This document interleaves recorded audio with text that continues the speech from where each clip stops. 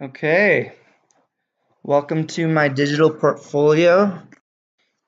My name is Luke Meckler. I teach at York International School and I'm an MYP science teacher. I took all of the photos that are on this website. Um, Here I have my get in touch form so people can contact me in case they have any questions. And I put my teaching philosophy on my homepage as well. I wrote this over a year ago and I still agree with everything. I haven't had to update it, and the last time I read it was about 5 minutes ago, so still pretty happy with that. The purpose of my portfolio is to be kind of a virtual resume or something that showcases my work, a portfolio, right? I'm not using it as a resource for students at this time. I think I'd like to begin a separate web page that would do that.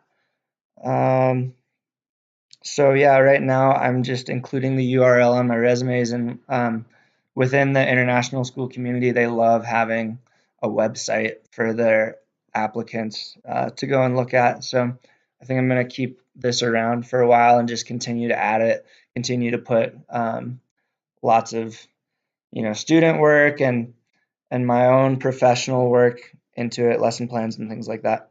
So pretty happy where it's come. I'm going to click on the introductions page.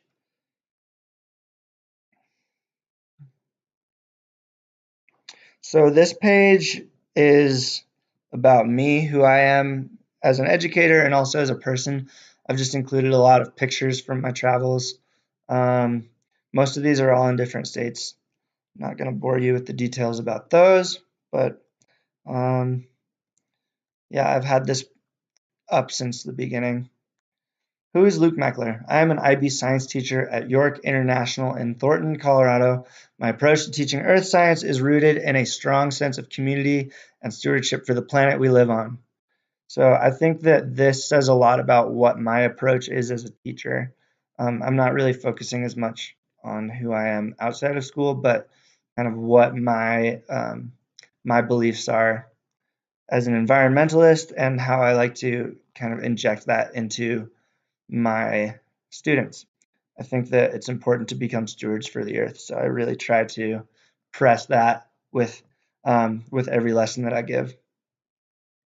And then down here, I have my digital introduction for Ed 603. This will probably come down in the future because it's not always going to apply to the situation that I'm in. I'm planning on revisiting this after this next semester and updating everything. Let's move on to the exhibition page. So this is where I am exhibiting student work. I chose the term exhibition because that's what it is. It's an exhibit, but I think that maybe I should change that. If you have any ideas for better headlines for this, I could please leave a comment. These are the instructional goals, dispositional goals, and community goals that we included for Will. I really like these, but I haven't revisited them in a while, so I might need to update them because my goals may have changed since teaching a full semester. And then I just exhibited student work. So this year we used lab notebooks, and I had the students design covers. I think that when you have something like this and you have the students make it all personal, then it adds a lot more meaning to it and they're more likely to bring it to class. This is our tectonic plate maps that we did. They had to choose a continent and then locate where the volcanoes and earthquakes were found, as well as notating seafloor age and the directions of the plates. We use a lot of vocabulary foldable tables. I think that this adds meaning to the definitions instead of just having them memorize definitions. They actually have to look it up and figure things out about those terms. And then we designed earthquake-proof buildings, which was a super fun project. We got to shake them and destroy them. These two were left standing. This one barely was left standing over here. And then this was one of the most recent things that we did, geological timelines. In reality, this timeline is about 4 meters long, stretched about halfway across the classroom. So, yeah. I'm gonna head over to my blog. So I have struggled with posting personal things online. I know that a lot of people use blogs as kind of a place to vent or a place to get their emotions out. So far, I have the tech tool evals on here, and then I have this blog post that I wrote about about the difficulties that I had implementing technology at my school, and the ways that I was successful with it as well. So I think that as a designer within the ISTE standards, this could be a place where I can branch out quite a bit because, as we gain experience, we will actually have valuable things to contribute. And so my experience as a first year teacher could be something that someone else would find useful. So I think that I'd like to start putting more energy into this. I'm not really sure what direction I want to take that yet, like what topics I'd like to focus on in this blog, but I do think it's a very useful thing to have.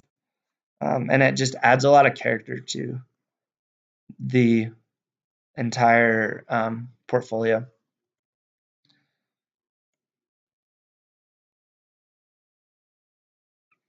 This is my resume. This is updated. It's just a really simple kind of bare bones resume. This is what they like at the international school conferences, just something quick that the recruiters can look at easily. Have my website there, school email, and my Skype name. This will obviously be updated, but I don't really see anything else that needs to go on here. And then here I just have videos and lesson plans.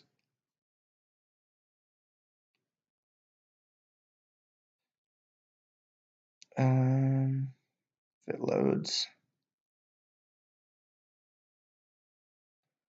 Yeah, so I just uploaded a couple of videos of me teaching, which luckily I had those as a resource from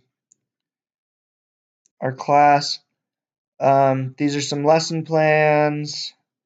See, I think I might need to do a different format than these script documents because it takes so long to load. People might not be patient enough to wait for that. There's lesson plan.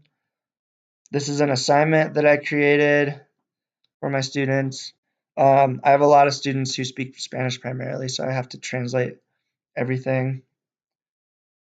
Luckily, technology has been there for that. I think that within the TPACK framework, I'm at like a tier 3 right now. Not real, because I could have done this by just asking the Spanish teacher to do it. She said she translates things for Starbucks. She really likes Starbucks. And then that's my face. I've used this technique a couple times where when I'm absent for a sub, I'll record the direct instruction on a YouTube video really quickly and then just have the sub play that for the students. Because I think that, students need very specific direction, but not too specific, just like what Emma was saying the other day. So, being able to have me not physically there, but have me explaining things instead of reading it on a handout kind of helps the students a lot more. So that's my whole digital portfolio. I'm really proud of it. I think that it's in a good spot, and I'm really excited to continue to add to it. So I hope you enjoyed this tour, and have a great day.